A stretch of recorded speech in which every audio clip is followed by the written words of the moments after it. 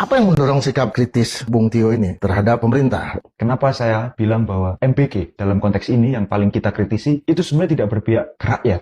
Karena sejak mula MBG itu ada, dia telah melanggar konstitusi tentang mandatory spending, anggaran pendidikan yang diperintahkan oleh Undang-Undang Dasar bahwa pemerintah wajib mengalokasikan 20% baik itu APBN maupun APBD untuk pendidikan. Di 2026 ini, anggaran pendidikan kita itu 757 triliun. Klaimnya Prabowo itu terbesar sepanjang sejarah. Tidak keliru. Tapi kalau kita detailkan rinciannya, kita akan temukan ternyata 223 triliun dari 757 triliun, lebih dari 30% itu tidak untuk pendidikan, tapi untuk Badan Gizi Nasional, untuk program makan bergizi gratis. Ini melanggar konstitusi, dan itu problem pertama. Tentu hari ini, sebagai Ketua BEM UGM, kita tidak lagi bicara soal pribadi. Ini adalah sikap lembaga yang saya di sana menjadi juru bicaranya. Tentu ini sikap organisasi, ini kritik kami BEM UGM kepada pemerintah Republik Indonesia hari ini. Kepada rezim Prabowo Gibran, yang sama sekali tidak punya pemikiran untuk prioritas kepada rakyat. Harusnya Presiden Prabowo itu sadar bahwa sejak awal, masalah Indonesia yang utama adalah kebodohan dan minimnya akses pendidikan. Nah, sikap Bung Tio ini kan berbuah teror. Siapa sebetulnya yang melakukan teror itu? Bagi saya, siapa, kita sama-sama tidak bisa tahu, Bang. Bahwa kritik kita menimbulkan ketersinggungan, iya. Tapi apakah yang